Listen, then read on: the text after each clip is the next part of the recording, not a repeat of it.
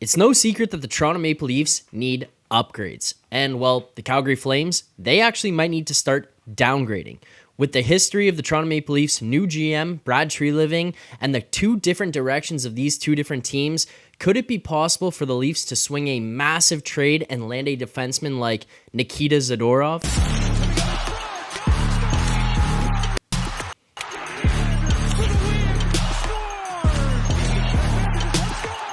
Welcome back to Third Man In. I'm Zack Phillips. If you're new to the channel here, before we get into anything, make sure to hit that like button, subscribe here to the channel, and turn on notifications for more videos like this, breaking down rumors and news around the league, as well as live post-game reactions right here on this channel. You don't want to miss any of that, continuing to build up this channel back to the community that we once had. So make sure to subscribe here for much more of this. But let's get into the topics for today's video. There's been a lot going on around the league surrounding the Calgary Flames and the abysmal start that they've had to this season. But the most shocking thing that started to come out was this report here from Sportsnet, where they were talking about the fact from Eric Francis that all contract talks are now on hold for a Flames organization that may be on the precipice of having to take a radical new approach. This would essentially indicate that they're going to have to make some massive decisions about what the direction of this organization is over the next little while. And specifically, I'm talking about, if you read into the article, he starts bringing up things like not a tear it down rebuild, mostly just a significant retooling, which would basically entail them looking into some of their major pieces, whether that be upcoming UFAs or people on big contracts or people who might be looking for big contracts in their next deals, even if those guys are RFAs. He was kind of talking about the fact that this means something might have to give within this organization if things aren't going to go positively over the next stretch after the tough start that they've had to the season. Then this might actually start into a full overhaul of the organization. Looking at guys like Lindholm and Hanifin, trying to send them elsewhere for young players and draft picks. Maybe you have to move on from a guy like Dan Vladar to open the way up for a guy like Dustin Wolf to come out of the minors and make his jump into the NHL and become a solidified NHL player. But then most specifically for the Leafs, and most importantly here of note, would be pending UFAs, Chris Tanev and Nikita Zadorov. These are the two guys that I would have my eyes on if I'm any GM around the NHL right now looking at poaching from this Flames team, because yes, they might want to move on from Lindholm and Hanifin, but there's a possibility that they might have those guys in their future plans and see those guys as being more expensive pieces that they would try to move on from if another team were to try to take them. Obviously, you'd have interest in those guys. I discussed ahead of the season how I would personally have interest in those guys and be calling, and I think you'd be doing a disservice if you didn't call and didn't inquire about the cost of getting them out of there. But those guys are just going to naturally be a little bit more expensive. The less expensive pieces would be the guys like Chris Tanev and Nikita Zadorov. Defensemen, UFAs, not quite as young as a guy maybe like Noah Hanifin is, and guys who are kind of veterans, have been around, have played in different organizations. Those are the kind of guys that I would be looking at. Now, let's get into the fact that this could be a situation where you're going to have the Leafs as a potential trade partner for the Calgary Flames here. There was an article from Shane Seeney on Leafs Nation. I want to give him credit. He kind of brings up the fact that Treliving obviously has the connection to Calgary. He knows how, given the situation that he had in their season, that he should be keeping an eye on them. Looking at guys like Hanifin, Tanev, Lindholm, Zadorov, etc. But then he also brings up that Treliving has traditionally been very good at loading up on big, strong defensemen. This is something that I also agree with. It's something that I've been arguing. He did a very good job in Calgary. Like, we're sitting here talking about trying to trade for these defensemen out of Calgary because they're going to be looking to retool and overhaul this team. Well, who's the one who brought those defensemen, those good defensemen in the first place? It was Brad Treliving. Now they're pieces that other teams are trying to pick apart and take away from there. He's been pretty good at building strong defensive teams, big, strong, mean defensive teams.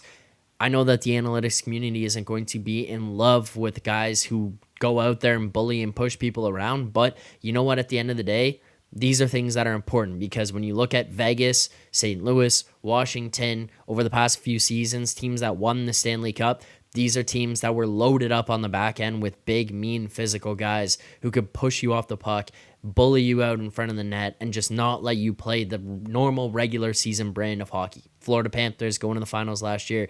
These are prime examples of that. You need to have some of that in your lineup. No matter how good your team is defensively, there's just that extra little piece that needs to be added when it comes to the playoffs. They still need to be just as good defensively as maybe the Leafs were in past years, but you need that extra bit of bite, the extra bit of jam in your level of play in order to take it to the next level when it comes to playoff time. If you don't believe me, go on Twitter after the Leafs lose in playoffs every single year and just read the comments from everybody. Soft, pushed off the puck, don't battle, don't fight back, can't win in the offensive zone, can't win in front of your net, blah, blah, blah. It's the same thing every single year. And then at some point, you might just have to come away from it and say, hey, no matter what my analytics sheet says in front of me, there is an element of being mean and physical and being able to push people away that is important. That's something that this Calgary defense core has. Some guys in this team, on this Calgary team, that I think obviously would be there. Chris Tanev, I think, would be a good guy to bring into this team, but he's not really the one I'm eyeing.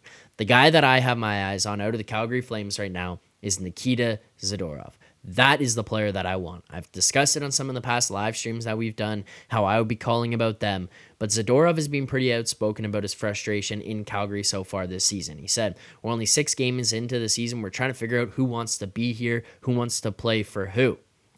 We're just not working as a unit. We have too many individuals playing as themselves. We have to figure out if we want to play as a team or play as our own guy. We can't feel sorry for ourselves. Come back, time difference, who cares? Just go out there and play. He's been pretty transparent, pretty to the point about the fact that he wants to win, wants to play for a winner, and isn't happy with his current situation in Calgary and with the direction of the team. Now, mind you, this is a guy who is 6'6", 235 pounds. He's only 28 years old. He's got no trade protection on the final year of his deal and comes in at a $3.75 million AAV.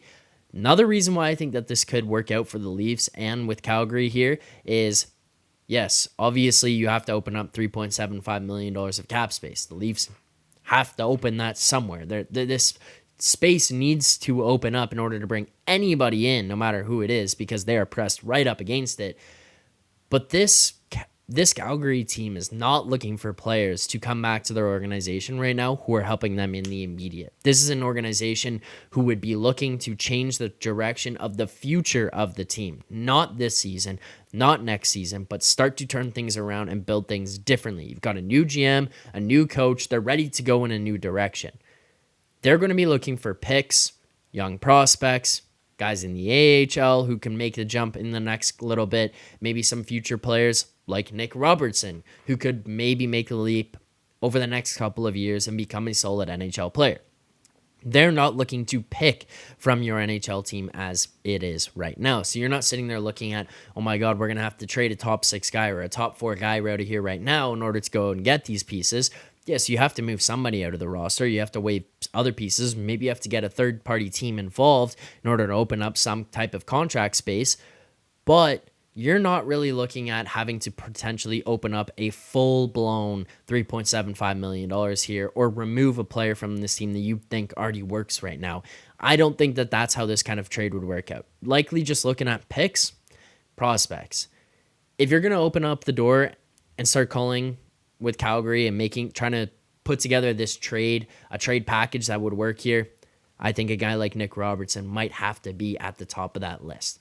He's not yet to make this Leafs team or make this full-time jump into the roster. Even with this being said, they've called up Holmgren ahead of him. They're looking at guys like Steves to make the leap ahead of him.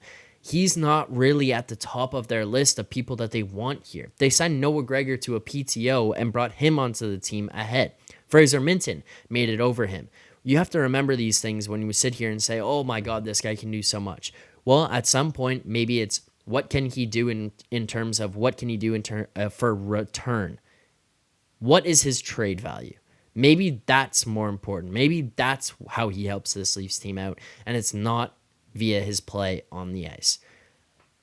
At some point, you just kind of have to look at this guy and say, what have you done for us? What will you do for us? And if they don't believe it's going to be anything, then you need to start looking at the opportunity to move on from him in return for other types of assets. And maybe it's going out and getting a defenseman who can bolster your blue line and make some drastic changes there.